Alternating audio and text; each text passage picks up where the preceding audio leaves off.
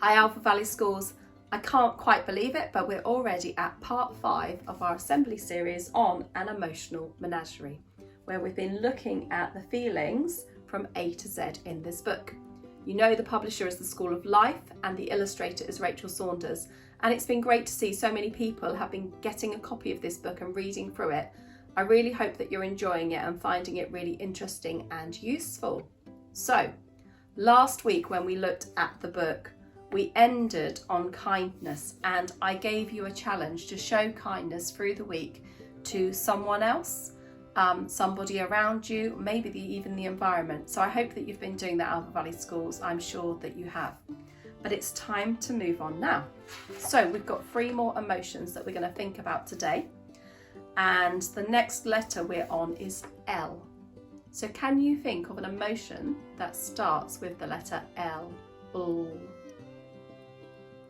Got one? Okay, and as I start to read out the verse, see if you can work out which animal it relates to, that it's being likened to. So, L is for loneliness. If loneliness was an animal, it would glide throughout the deep. No ears to hear its lonely song, no company to keep. It starts to moan when we're alone, and sometimes when we're not, in groups where we're not understood and feel like afterthoughts. We feel rejected, overlooked, unnoticed and unseen, as though some broken part of us keeps us from fitting in. Most people never know us well, they see our surface only. They never glimpse our hidden depths, so leave us feeling lonely.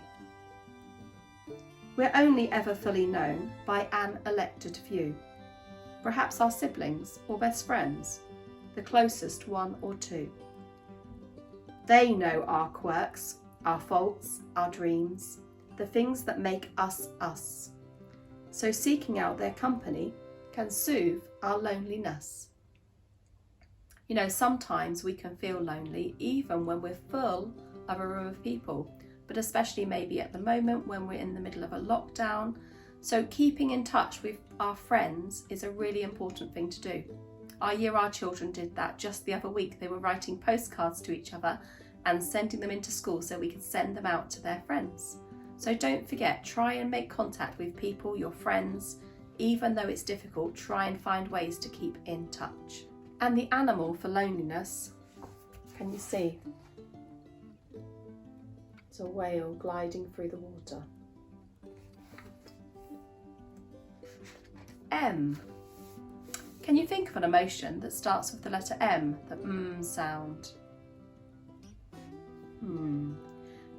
M is for melancholy. If melancholy was an animal, it would wallow in mires, mulling over woes and cares and situations dire, mulling them over, thinking over them over and over again. It's similar to feeling sad, but also not the same. It's sadness mixed with wise pity, sadness without blame. We call such moments bittersweet.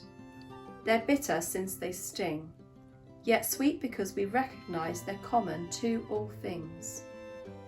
You can see why it's called wise pity, can't you?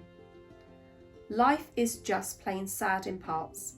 Hearts are quick to break. Friendships end. People are cruel.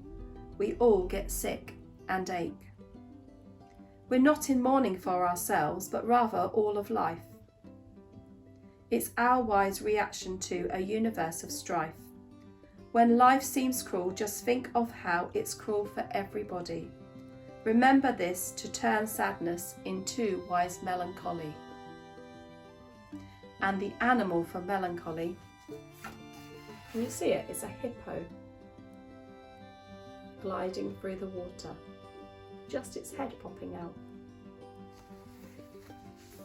So the next page in the book, the next letter is the letter N, the sound. Can you think of an emotion for that letter? And believe it or not, this is one that I sometimes struggle with. N is for naughtiness.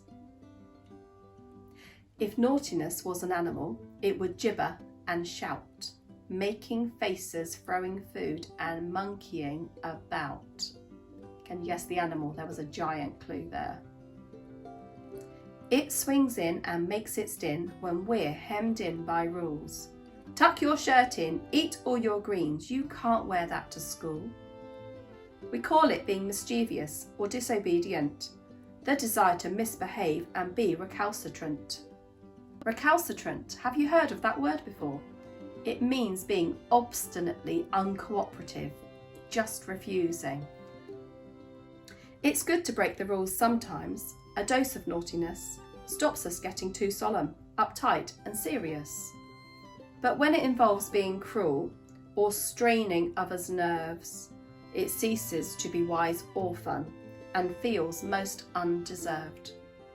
So make sure when this mood next strikes, you think of the effects. Will you show up pompous fools or hurt those you respect? And I'm sure you guessed the animal for naughtiness. It's cheeky monkey. Now, that's about it from me today.